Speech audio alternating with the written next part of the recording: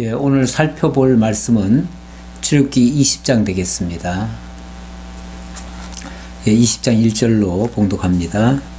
하나님이 이 모든 말씀으로 말씀하여 이르시되 나는 너를 애굽 땅 종되었던 집에서 인도하여 낸 내 하나님 여호와니라.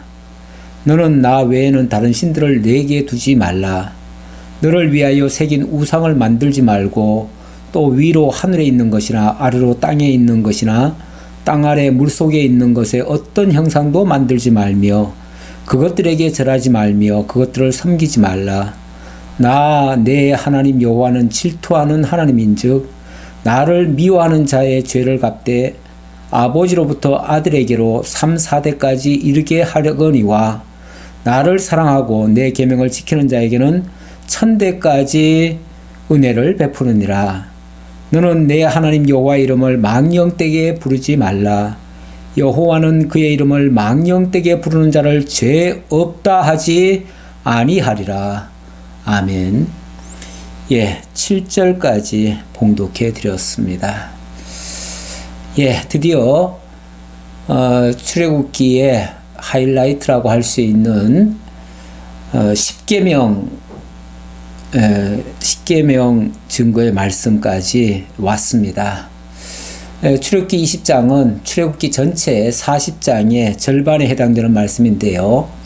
여기서부터는 이제 율법에 대한 말씀이 되겠습니다. 오늘 20장에서는 먼저 그 율법의 모법이 되는 10계명에 대해서 말씀해 주시고요. 그리고 21장부터 24장까지는 10계명의 세칙법인 율례에 대해서, 그리고 25장부터 30장까지는 규례에 대해서 증거하는 말씀이 되겠습니다.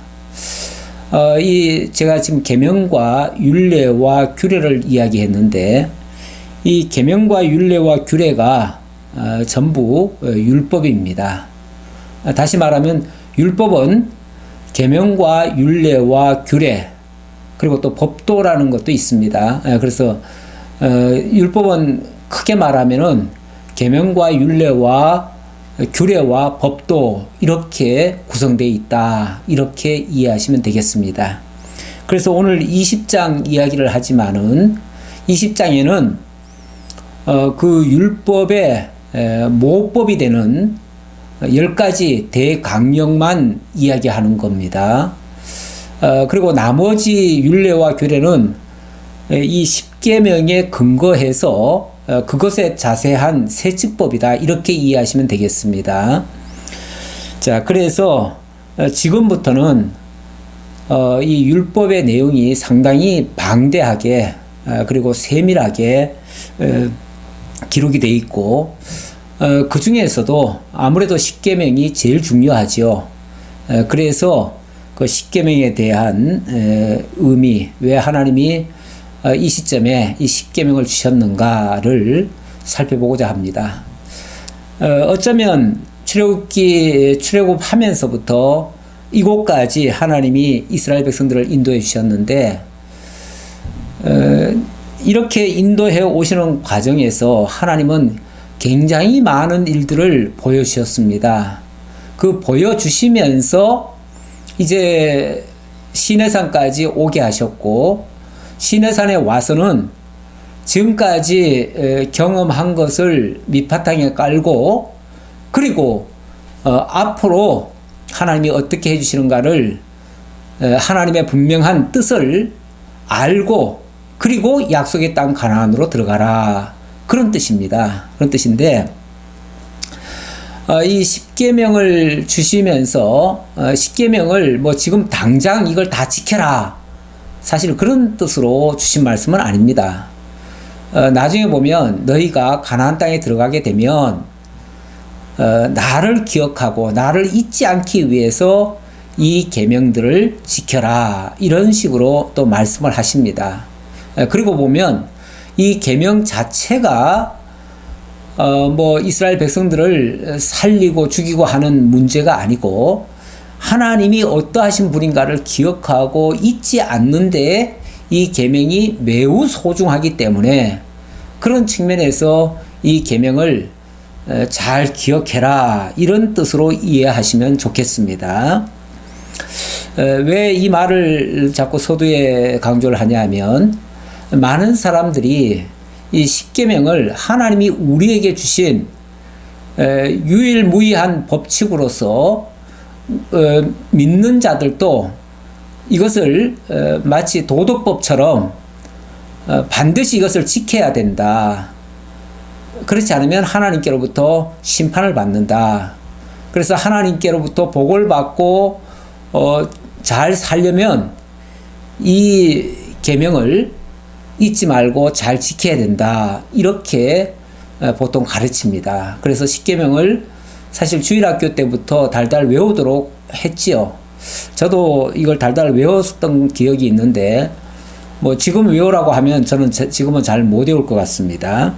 네, 어쨌든 물론 큰 줄기는 다 알지만은 이것을 글자 한자도 틀리지 않고 그대로 외우라고 하면 지금은 쉽지 않습니다. 예, 어쨌든 이 계명이 매우 소중하다는 것은 틀림없는데요. 어떤 측면에서 소중한가? 우리가 지켜 행하는 도리로서의 중요한 내용인가? 아니면 하나님의 뜻을 알고 하나님을 잊지 않도록 하는데 방점이 찍혀 있는가? 무엇이 주안점인가를 오늘 말씀을 통해서 확인해 보겠습니다. 자, 먼저 20장 1절입니다. 예, 하나님이 이 모든 말씀으로 말씀하여 이르시되 하나님께서 이 말씀을 이스라엘 백성들에게 이제 주시기 시작한다 그 말이죠. 지난주에 그 하나님께서 모세를 시내 산 위로 데리고 올라갔죠. 데리고 올라가셔서 40일간 밥도 먹지 아니하고 물도 마시지 아니하고 오직 하나님의 말씀만 받게 했습니다. 그래서 하나님이 요 십계명만 주신 게 아니고 사실은 많은 말씀을 더하십니다. 더하시는데 그 내용은 21장부터 또 자세히 또 기록이 됩니다. 기록이 되고 나중에 가면은 이제 식양까지 하나님이 주시죠. 그래서 나중에 성전을 짓는 그런 소위 말해서 설계도 있죠. 설계도. 그 설계도까지 하나님께서 구체적으로 주십니다. 그래서 그 40일간 진짜 물도 먹지 아니하고 마시지 아니하고 밥도 먹지 아니하고 그리고 하나님께로부터 온전히 받은 그 말씀 굉장히 소중하죠. 그러니까 정말 생명을 맞바꿔 가면서까지 받은 말씀이라고 볼 수 있습니다. 자, 그렇게 귀한 말씀인데 우리가 소홀히 여기면 안 되죠. 별거 아닌 것처럼 생각하면 안 되죠. 굉장히 소중한 건 틀림없지요. 근데 어떤 측면에서 소중하냐? 우리의 행할 규범으로서 소중하냐? 아니면 하나님의 뜻을 알려주시는데 소중하냐? 요거는 이제 우리가 살펴봐야 됩니다. 그걸 확인해야 되는데, 자, 2절에 보니까 이렇게 말씀하십니다. 나는 너를 애굽 땅 종되었던 집에서 인도하여 낸 내 하나님 여호와니라. 자, 하나님이 이제부터 십계명을 주시면서 제일 첫 번째로 하신 말씀이 나는 누구다 이렇게 얘기를 합니다. 나는 누구다. 나는 여호와다 이 말이죠. 나는 여호와다. 그런데 그걸 조금 더 서술해서 나는 너를 애굽 땅 종되었던 집에서 인도하여 낸 너의 하나님 여호와다 이렇게 말씀하십니다. 하나님이 이 말씀을 주시면서 왜 이 말씀을 주시는지에 대한 분명한 이유를 밝히는 겁니다. 내가 애굽 땅 종되었던 집에서 너희들을 다 이끌어낸 여호와야. 이 사실을 기억하고 잊지 않기 위해서 내가 이 말씀을 너희들에게 주는 거야. 이런 뜻이죠. 그러니까 하나님의 말씀이 무슨 의도에서 무슨 목적으로 주셨는가를 분명히 알 필요가 있는데 단순히 우리에게 행위 규범으로서 어떤 행동을 유발하게끔 하시려고 하는 게 아니고 애굽 땅 종되었던 집에서 인도하여 내신 그 하나님 바로 여호와지요. 그 여호와를 잊지 않고 기억하기 위해서 내가 이제부터 10가지 계명을 줄 거야 그 말이죠. 그러니까 10가지 계명 중에 어느 계명이든지 간에 전부 다 하나님 여호와를 기억하는 데 중요합니다. 하나님 여호와를 잊지 않는 데 중요합니다. 하나님의 살아계심을 확인하는 데 중요합니다. 하나님이 함께하고 있다는 사실을 기억하는 데 매우 매우 소중합니다. 자, 그러면서 제1계명을 주십니다. 자, 제1계명은 너는 나 외에는 다른 신들을 내게 두지 말라. 너는 나 외에 다른 신들을 두지 말라. 이 말은 뭐 여러 신들이 있는데 그 중에 나하고 또 다른 신 같이 겸해서 섬기지 말아라, 이런 뜻인가요?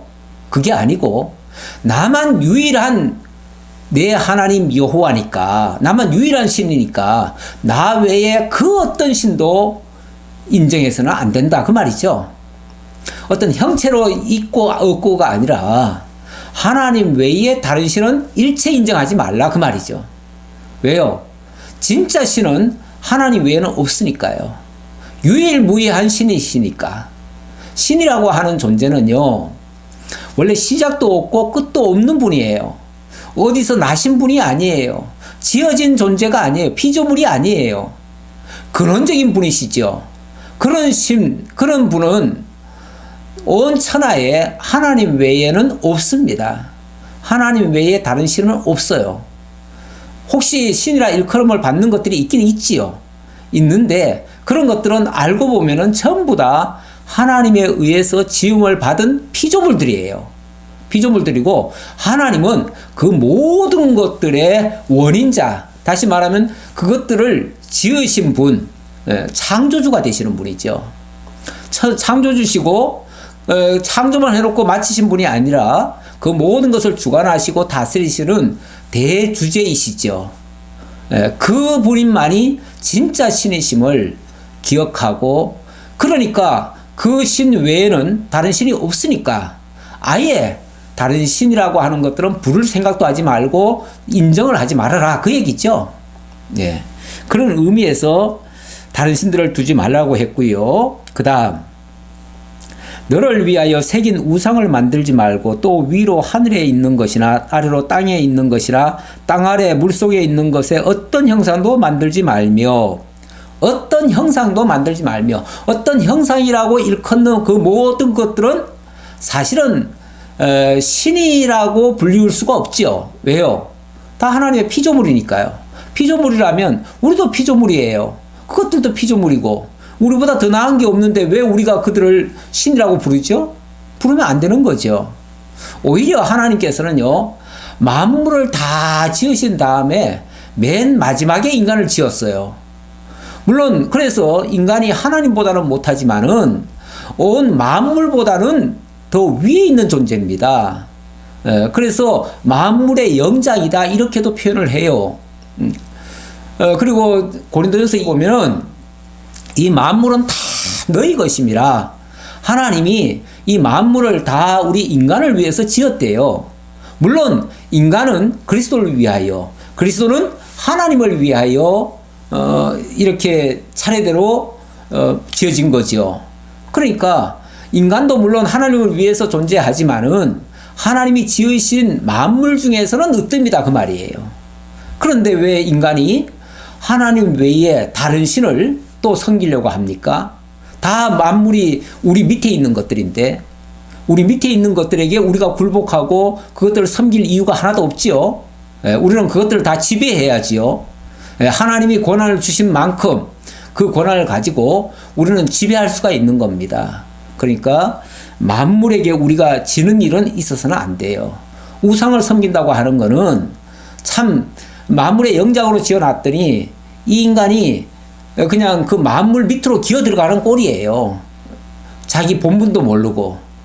이거는 정말 하나님이 우리를 그렇게 세워놓은 그 본래의 역할에서 벗어나는 거죠.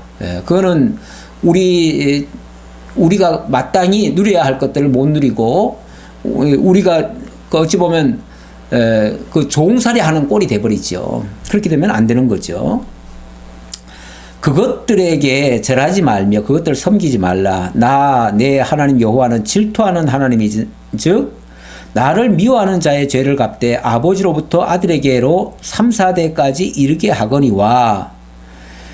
예, 그것들에게 절하거나 그것들을 섬긴다면 이거는 하나님의 질투거리가 될 수 있다 그 말이죠. 왜? 하나님은 우리 인간을 하나님을 위하여 지어놓은 존재인데 당연히 하나님을 위하니까 하나님을 섬겨야 되고 하나님만을 사랑하고 이렇게 해야 맞는 거죠. 그런 존재로 지원받았으니까. 그런데 만약에 우리가 다른 어떤 물질을 더 숭배를 해요? 그것들을 더 사랑해요? 그러면 하나님께로 가야 할 사랑이 하나님을 섬겨야 될 내 섬김이 그것들에게 가는 거 아니에요. 이게 뭐예요? 하나님이 네가 다스려라 하고 주신 걸 가지고 우리가 그걸 섬기고 앉았으니 하나님이 이거는 정말 미워하는 일이다 그 말이죠. 이거 악한 일이다 그 말이죠. 그래서 우상 숭배하는 죄가 굉장히 큽니다. 하나님은 이거를 나를 미워하는 거라고 이렇게 지금 단정을 하시면서 그거는 나를 사랑하는 게 아니고 미워한다는 말은 사랑의 반대말 아닙니까? 하나님이 자기를 사랑하라고 우리를 만들어 놨더니 그래서 당신이 사랑도 퍼부어줬더니 하나님을 사랑하지 않고 그 사랑을 갖다가 만물에다가 줘요? 이거는 질투거리를 만든다는 거죠.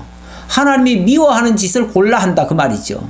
그렇게 되면 그 만물도 망하고 이 사람도 하나님이 미워하셔요. 예. 이거 미움거리 받는 거예요. 이게 죄 짓는 거예요.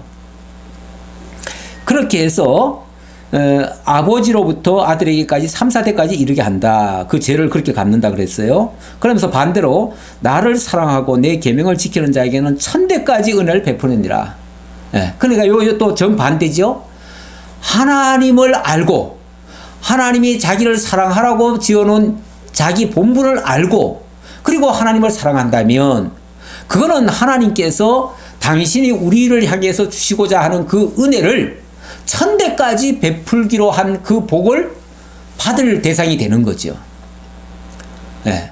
하나님은 이렇게 사실은 복을 주기 위해서 이렇게 은혜를 베풀고자 해서 우리를 지었어요. 그래서 우리를 처음에 지을 때 하나님이 복을 주시며 가라사대 뭐 이렇게 표현하셨죠. 네. 이렇게 복을 주시며 첫사람 아담에게도 언약을 하셨죠. 그거는 그렇게 복을 주시겠다고 작정하신 거 아니겠어요? 그런데 우사에게로 방향이 돌아가는 순간 하나님의 그 복이 저주로 바뀌었죠. 바뀌었는데 어쨌든 앞에서 그 저주는 3, 4대 간다고 그랬고요. 복은 1000대까지, 은혜는 1000대까지 간다 이렇게 얘기했는데 이 말씀은 종합적으로 보면 3, 4대라고 하는 건 짧은 거 아니겠어요? 그리고 1000대는 길다는 뜻인데 결국 하나님의 복과 은혜는 영원히 주어질 것이지만 그 과정에서 잘못했을 때 하나님의 진노나 징계는 짧게 3, 4대에 그칠 것이다. 다시 말하면 하나님이 큰 은혜를 계획하셨고 그 은혜를 이루어 주실 건데 그 과정에서 잘못하는 자들에게는 징계도 하시면서 그러나 짧게 징계를 하시면서 영원한 복으로 이끌어 가실 것이다. 이런 내용이죠. 자, 그렇게 보시면 되겠고요. 자, 그리고 너는 내 하나님 여호와 이름을 망령되게 부르지 말라. 여호와는 그의 이름을 망령되게 부르는 자를 죄 없다 하지 아니하리라. 여호와 이름 네 번째 계명이죠. 네 번째는 여호와의 이름 세 번째인가요? 세 번째네요. 세 번째 여호와의 이름을 망령되이 부르지 말라 그랬습니다. 이 망령되다는 말은요, 사람들이 흔히 함부로 부르지 말아라 이렇게 이해를 하더라고요. 함부로. 그래서 하나님의 이름은 함부로 부르는 거 아니야. 어떻게 아들이 아버지 이름을 함부로 부를 수 있겠어? 그러면서 이 동양적 사고에서 자녀들이 아버지 이름을 함자를 함부로 못 부릅니다. 우리 어릴 적에도 그래서 아버지 예를 들어서 아버지 홍길동이라고 얘기한다 그러면 저희 아버님은 홍자, 길자, 동자가 되십니다. 이렇게 얘기를 하죠. 그러면서 굉장히 홍길동이라고 부르면 될 걸 그냥 그렇게 부르면은 함부로 부른다 해가지고 그렇게 절대 부르면 안 된다. 이렇게 이제 우리도 교육을 받아왔는데 그런 차원에서 부르지 말라는 뜻이 아니에요. 그런 차원이 아니고 망령때이 그랬습니다. 망령때이. 이 망자에는 이즐망이라고 하는 의미가 있어요. 물론 뭐 어리석다 이런 표현도 있고 그러는데 여러 가지 의미가 담겨 있는데 저는 그 있는다는 의미가 굉장히 강하다고 봅니다. 그렇게 보면 하나님이 하나님 되심을 알지 못하거나 또 알았더라도 얼마 안 가서 잊어버리거나 하나님의 뜻도 잘 모르면서 그러면서 이름만 막 불러대는 거 그거를 하지 말아라 그 말이죠. 그러니까 이 말은 망령때이 일컫지 말라. 어찌 보면 부정에 부정을 지금 썼는데요. 부정에 부정을 쓰는 말은요 굉장히 강조하는 말일 수도 있어요. 다시 말하면 절대적으로 하나님의 이름을 바르게 알고 바르게 써라 그 말과도 같은 말이에요. 이걸 강조하려고 부정에 부정을 쓴 말이에요. 그렇게 보면 저는 그렇게 보고 싶어요. 그렇게 보면 하나님의 이름을 소극적으로 부르지 말라가 아니라 아주 적극적으로 부르라. 부르는데 다만 하나님의 뜻을 알고 불러라. 하나님의 이름 여호와가 무슨 뜻인지 알고 그 하나님을 열심히 찾고 그 하나님께로 열심히 나아가라. 그렇게 이해를 하셔야 돼요. 적극적으로 받으셔야 됩니다. 이거를 너무 소극적으로 생각하다 보니까 옛날부터 이스라엘 백성들도 그랬던가 봐요. 그 하나님의 이름을 이렇게 필사하느라고 필사가들이 성경을 읽다가 이제 한 사람이 불러주면은 그 사람이 또 받아 적거든요. 적는데 그렇게 하다가 여호와라고 하는 단어만 나오면은 입을 다물어 버립니다. 그리고 밖에 나가서 세수하고 목욕 제기하고 그리고 들어와서 여호와라고 말을 못하고 아도나이라고 그럽니다. 아도나이 이렇게 말해요. 이거는 그러면 이제 알아듣는 사람은 이제 또 여호와로 알아듣기는 알아듣는데 그 말은 의도가 달라요. 왜냐하면 여호와라고 하는 단어는 우리가 그동안 배워왔지만은 약속하시고 약속대로 이루시는 자라는 뜻이잖아요. 그 약속이라는 의미가 굉장히 강해요. 그런데 아도나이란 말은 우리말로 하면 주님이에요. 주님인데 주님이라고 하면은 어찌 보면 불특정 다수일 수도 있어요. 왜냐하면 세상에서는 종이 주인 보고도 주님 그러고요. 왕을 보고도 주여 그러기도 하고요. 또 높은 사람을 가리켜서 주라고 보통 얘기를 해요. 그렇게 되면 특정한 어떤 그분이 아니고 많은 사람이 되는 거죠. 많은 사람이 될 수 있어요. 그러니까 그 대상이 너무 다양해서 이렇게 부르면 안 되는 거죠. 오히려 이렇게 부르면 큰일 나죠. 하나님을 이 사람을 향해서도 하나님, 저 사람을 향해서도 주여, 이 사람을 향해서도 주여 그러면은 이가 하나님인지 그냥 주인인지 알 수가 없잖아요. 그래서 그렇게 부르면 안 되고 하나님은 분명히 우리 하나님은 유일무이하신 하나님, 하나이신 하나님, 요걸 강조해야 됩니다. 요걸 강조하려면 반드시 여호와 이렇게 부르는 것이 맞습니다. 그래서 여호와라고 그 이름을 부르라고 이름을 지었지 세상에 그 이름 함부로 부르면 안 된다 해가지고 부르지 말라고 이름을 지었는 법이 있습니까? 부르지 말라고 만약 이름 지었으면은 아예 그 이름 가르쳐 주지도 않지요. 내 이름은 여호와다 이렇게 말도 안 하지요. 그런데 그 말을 한 이유는 제대로 알고 부르라는 뜻입니다. 그래서 이 안 부르고 이거를 아도나이로 고친 것은 큰 결정적인 실수입니다. 사실은 이 아도나이라고 번역을 하는 바람에 지금 우리 성경은 어쩌다가 이렇게 여호와라고 하는 단어가 살아났는데요.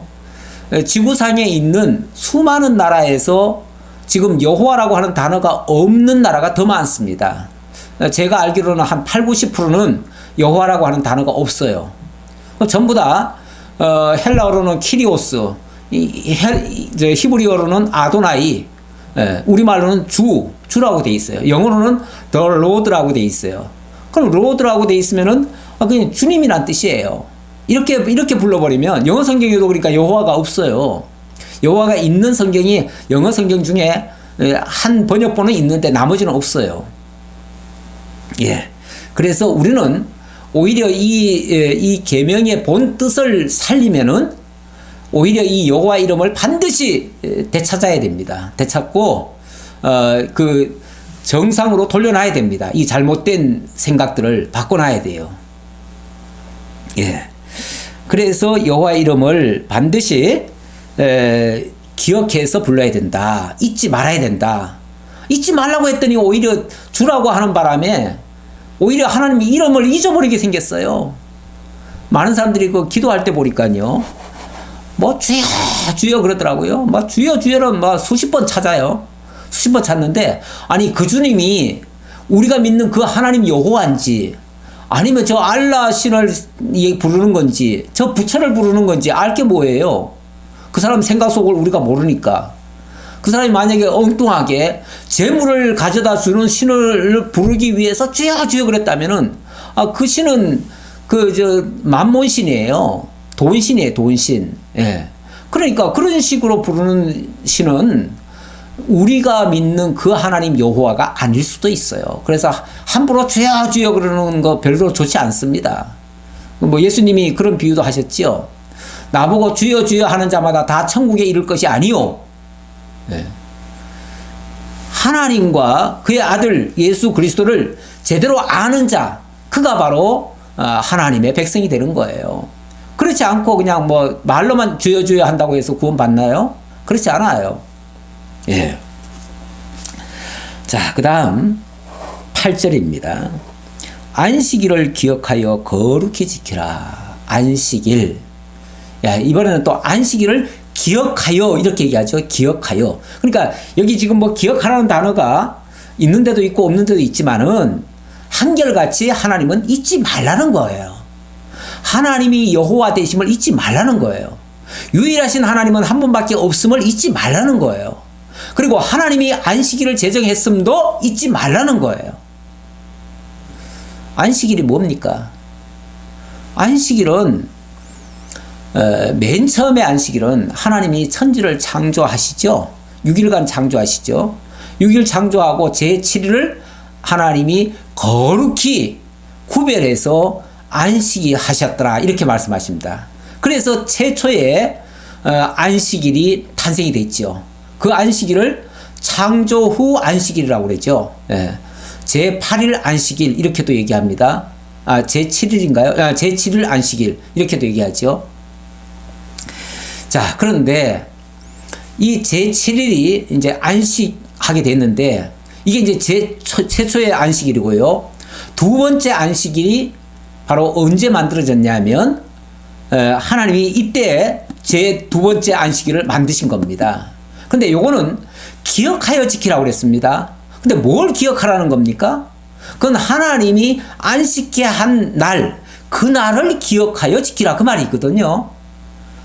하나님이 언제 이스라엘 백성들을 안식케 하셨습니까? 바로 그것은 이스라엘 백성들을 출애굽시킨 날을 의미하는 겁니다.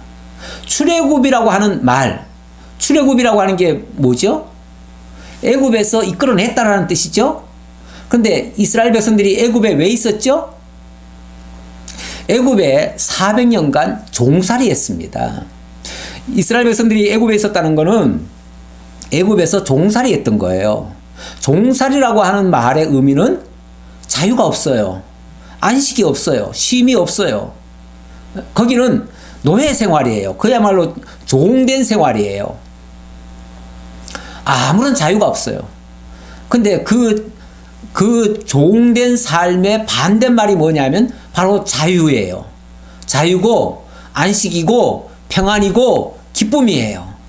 종으로 살 때는 그런 걸 못 느꼈어요. 근데 하나님이 애굽 땅에서 자기 백성들을 이끌어내시니까 비로소 자유인이 되어버린 거예요. 자유를 만끽하니까 기쁨도 오고 거기서 하나님에 대한 찬양도 나오고 하나님의 놀라운 진짜 우리를 안식케 하신 분은 하나님이시구나 하는 것도 알게 됐어요. 그걸 기억하라는 거예요. 그걸 기억하라는 거니까 이스라엘 백성들 반드시 그 날을 잊지 말아야죠. 그래서 그 날을 기념해서 일주일간을 계속 돌아가면서 제7일을 안식일로 삼는 거죠. 근데 이제 안식일이라고 그러면은 엄밀하게 말하면은 날짜 안식일이라고 말을 한다면 금요일 저녁부터 토요일 저녁 6시까지입니다. 왜냐하면 이스라엘의 그 날짜 개념은요, 우리는 아침부터 밤 12시까지 이거를 하루라고 그러죠. 하루라고 그러는데 이스라엘은 저녁 6시 해질 때부터 밤이 되고 아침이 되니 첫째 날이니라 이렇게 얘기하죠. 이거는 이스라엘의 날짜 개념은 저녁부터 시작합니다. 밤부터 시작합니다. 밤이 지나고 낮이 또 바뀌면은 하루가 이렇게 딱 바뀌면은 그걸 하루라고 그래요. 그래서 저녁 6시부터 그 다음날 토요일 날, 그러니까 금요일 저녁 6시부터 토요일 저녁 6시까지가 하루입니다. 그게 이제 안식일입니다. 안식일. 그런데 이 안식일에 대해서 예수님이 아주 놀라운 말씀을 하신 적이 있어요. 이스라엘 백성들은 문자적으로 이것을 날짜 지킴이라고 생각을 했습니다. 그래서 안식일 날은 아무것도 안 했어요. 심지어 음식도 해놓은 거나 먹고 그야말로 씻지도 않고 설거지도 안 하고 아무것도 안 합니다. 그리고 진짜 안식일 날은 아무것도 생산하는 건 없습니다. 그런데 예수님은 안식일 날 제자들은 배가 고프니까 미리삭을 비벼서 먹은 적이 있었고요. 또 예수님은 병자들을 각종 병자들을 치료를 해준 적이 있어요. 그랬더니 바리새인들이 발끈하면서 어떻게 당신은 이스라엘의 율법 선생이라고 자칭하면서 이렇게 안식일을 범할 수가 있느냐라고 물었죠. 그랬을 때에 예수님이 그런 말씀하셨어요. 안식일 날 선을 행하는 것과 악을 행하는 것 어느 것이 낫겠느냐, 생명을 살리는 일과 죽게 내버려 두는 일 어느 것이 낫겠느냐 그러시면서 하시는 말씀이 인자는 안식일의 주인이니라 이렇게 말씀하십니다. 다시 말하면 인자는 예수님이니까 내가 바로 그 안식일의 주인이야 그 말이에요. 이걸 물론 그 당시 사람들 잘 이해를 못했어요. 이게 무슨 소리야 했는데 알고 보니까 바로 구약의 안식일이라고 하는 것이 장차 예수 그리스도께서 이루어 주실 온전한 안식, 그것을 가리킨 것이었고 예수님은 그것을 이루심으로 참된 안식일의 주인이심을 증거한 거다 그 말이죠. 원래 안식이라고 하는 자체가 종에서부터 해방시켜 주는 거 아니겠어요? 그러면은 40년간 그 마귀에게 종노릇하던 사람을 예수님이 그 귀신을 내쫓고 그 질병에서 치료를 해줬어요. 그럼 자유 준 거 아니에요? 안식해 해준 거 아니에요? 그리고 그리스도 안으로 들어오게 했어요. 그래서 영원한 안식을 누리게 한 거 아니에요? 참 안식의 주인이신 예수님 안으로 들어가는 것이 진정한 안식입니다. 그래서 우리도 예수 믿고 그리스도 예수 안으로 들어가잖아요. 그러면은 그 안에서 이제 쉼을 얻는다 그러잖아요. 예수님 그렇게 말씀하시죠. 수고하고 무거운 짐진 자들아 다 내게로 오라. 내가 너희를 쉬게 하리라. 안식하시겠다 그 말이죠. 안식을 주시겠다. 죄와 수고하고 무거운 짐이라고 하는 거는 죄의 짐을 지고 있는 걸 얘기해요. 죄와 사단의 종로로 타고 있던 자들아 다 내게로 오라. 내가 너희를 자유케 하겠다. 그래서 그리스도 예수 안에서 참된 자유 주시겠다는 거 아니겠어요? 그게 진짜 안식일을 지키는 거예요. 그러니까 지금 자 보세요. 여기 지금 제1계명부터 지금 4계명까지를 얘기했는데 이거를 소위 말해서 대신계명이라고 합니다. 하나님을 향한 계명이다 라고 하는데 이 계명은 바로 하나님을 기억하고 그 하나님만이 참 하나님이시고 그 하나님이 우리에게 참 자유와 안식을 주시는 분이시고 그 하나님이 우리의 참 주인이 되신다는 거 이거 읽어주는 말씀이죠. 그것을 지키라 그 말이에요. 그걸 지키라고 그랬는데 그런데 이 십계명을 가지고 사람들이 자꾸 어떻게 이해를 하냐면 이거를 우리가 뭘 행하는 행위 규범이라고 이걸 받는 경향이 많습니다. 왜 그러냐면은 수많은 학자들이 이 율법을 가지고 좀 이상하게 해석을 했어요. 어떻게 해석을 했냐면 율법은 우리는 지금 방금 제가 서두에 그렇게 말씀드렸어요. 율법은 계명과 율례와 규례와 법도로 구성되어 있다. 이렇게 말씀드렸는데 요거는 성경에 그대로 나오는 단어입니다. 성경이 그렇게 표현하고 있어요. 그리고 20장은 계명이지만 21장으로 넘어가면 율례가 나와요. 그리고 24장으로 넘어가면 규례가 나와요. 그러니까 자, 이런 율례, 규례, 법도 이런 내용은 성경에 있는 용어니까 그대로 제가 지금 썼는데 이 일반 학자들은 어떻게 이해를 하냐면 이거를 율법은 도덕법과 국가법과 또 제사법으로 구성되어 있다. 아주 굉장한 무슨 이론이 있는 것처럼 그렇게 설명하는 예가 참 많아요. 자, 한번 좀 써볼까요?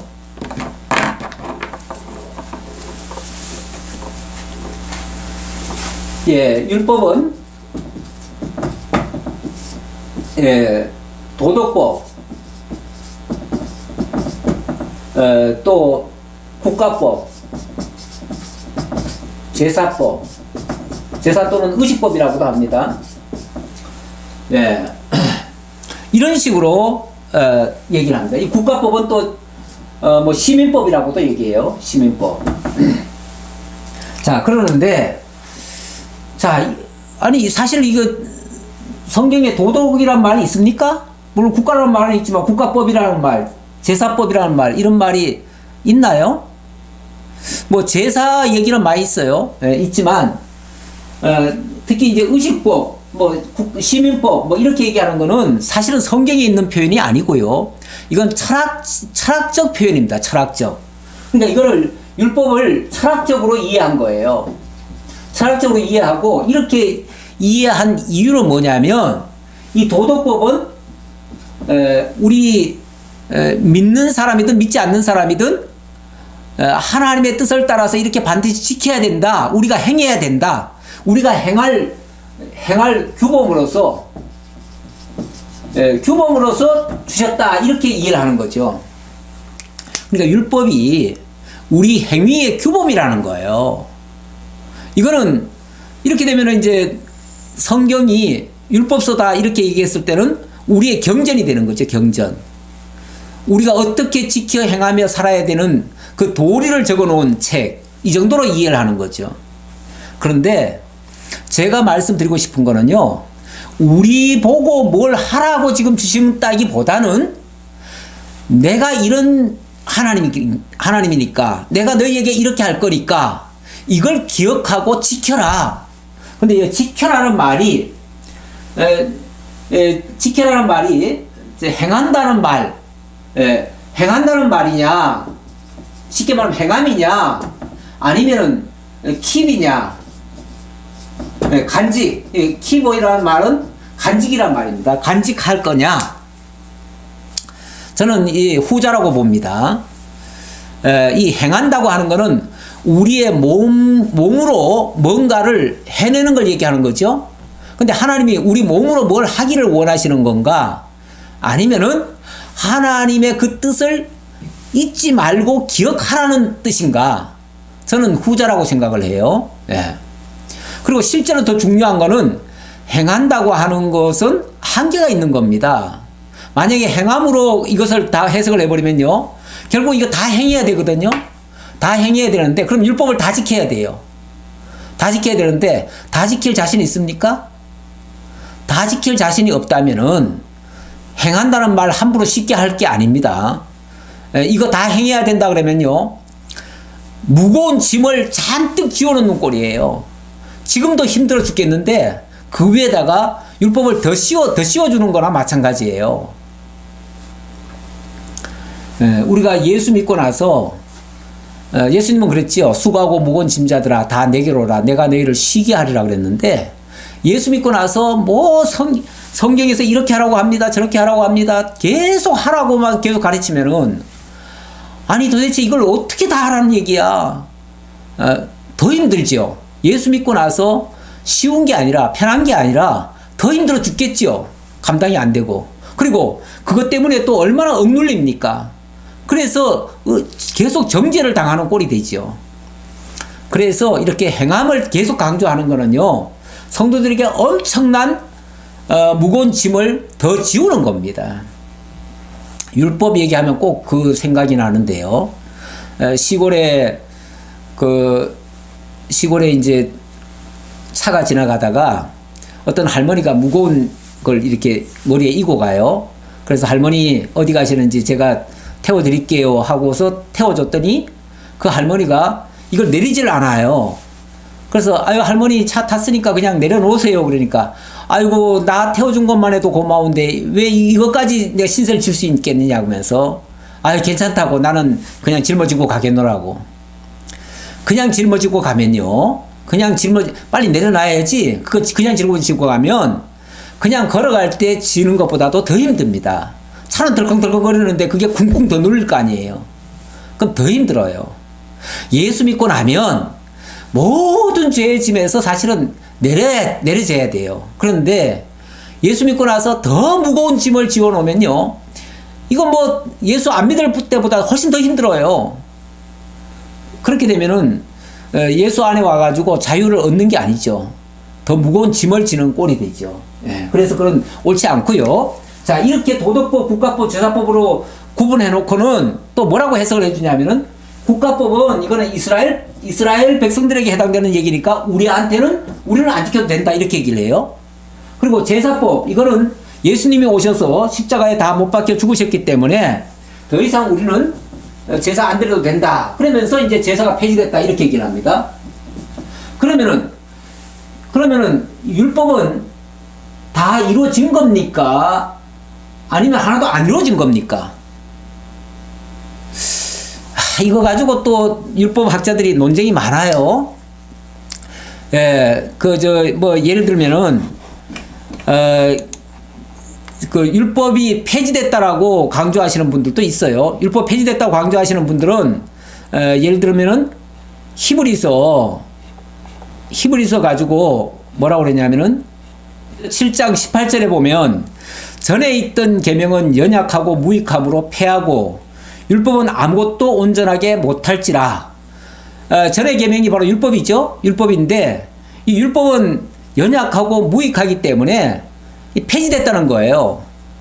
그렇게 이해하시는 분들이 있고요. 그리고 또 마태복음 5장 17절에서는 예수님이 내가 율법이나 선지자를 폐하러 온 줄로 생각하지 말라. 폐하러 온 것이 아니요 완전하게 하려 함이라. 그러면서 1.1획도 떨어지지 아니하고 다 이루리라 이런 말씀하셨기 때문에 율법은 하나도 폐지되지 않았다. 율법은 그대로 온전히 다 지켜야 된다. 이렇게 율법 지키라고 강조하시는 분들도 있어요. 그 정반대지요. 한쪽에서는 율법 폐지됐으니까 우리 이제 율법하고 상관없이 막 지내도 된다. 또 한쪽에서는 무슨 소리냐. 율법은 하나도 만약 안 지키면 천국 가서 이제 작은 자 된다. 우리가 구원을 얻기까지는 믿음으로만 구원을 받지만 나중에 천국 가서 큰 자 되는 거는 율법을 지킴에 따라서 큰 자 되는 거다. 그러면서 또 주장하시는 분들이 있어요. 그런데 그러면 율법이 폐해졌다는 겁니까? 아직도 그대로 살아있다는 겁니까? 이 관계도를 잘 이해를 하셔야 됩니다. 율법이라고 하는 거는 하나님의 지구하신 뜻이기 때문에 근본적으로 없어질 수가 없습니다. 폐지될 수가 없습니다.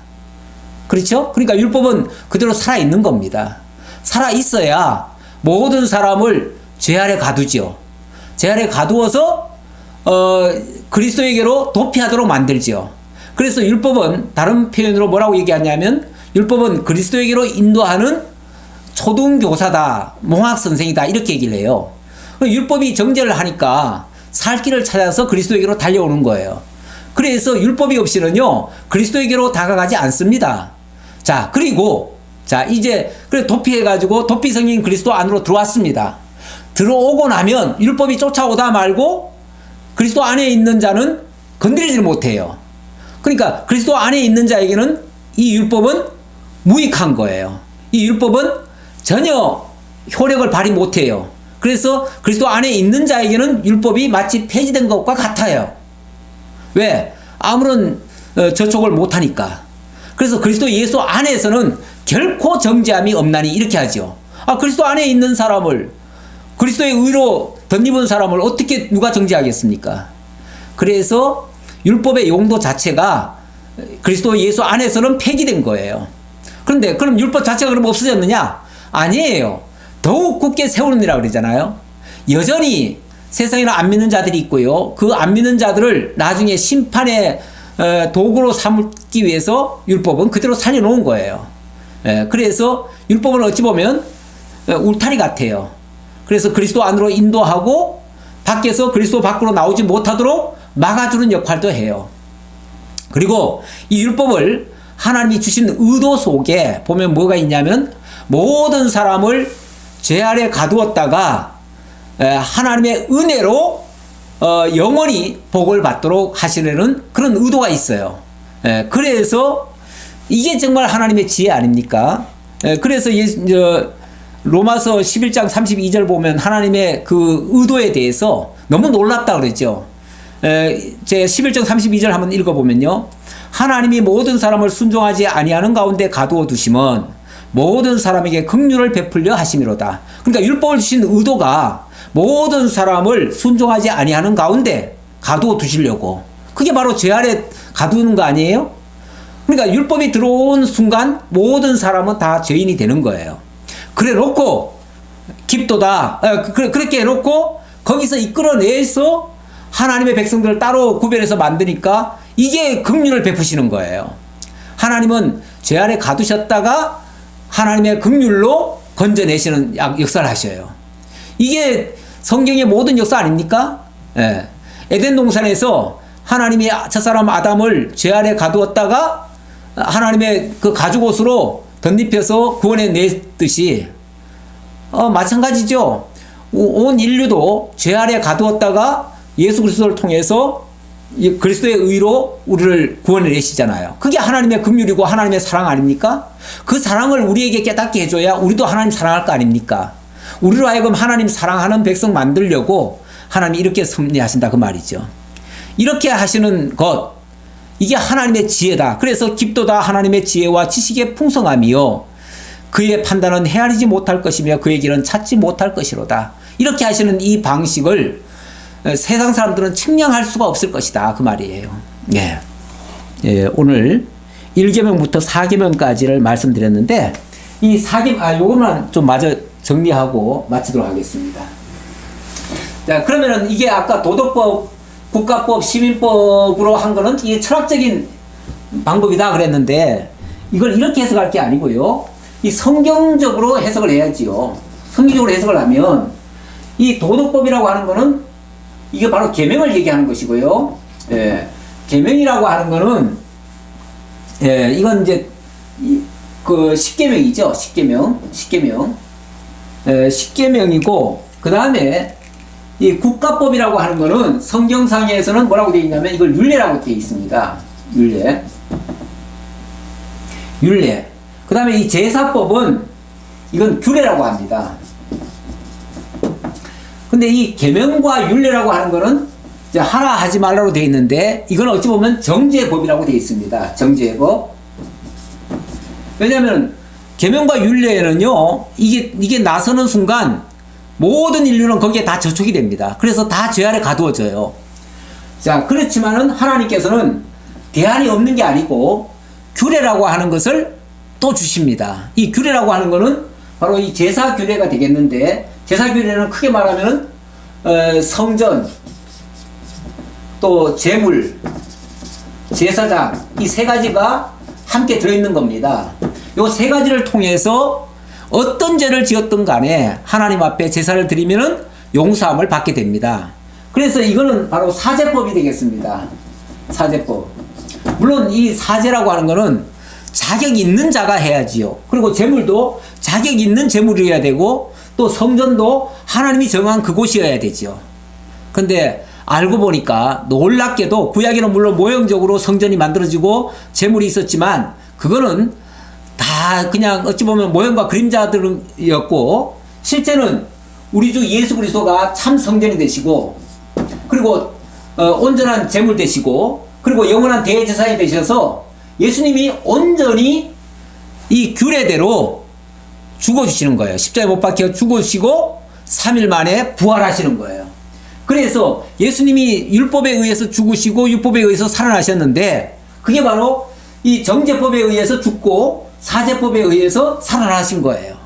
그렇게 해서 그리스도 예수 안에서는 다시는 정죄함이 없는 그런 법으로 만들어져요. 그래서 이 율법이라고 하는 게 종합적으로 말하면은 결국 하나님께서 모든 인류를 죄 아래 가두었다가 다시 그리스도의 은혜로 긍휼을 베풀어서 영원히 하나님의 그 은혜의 영광을 찬양하게 만들어요.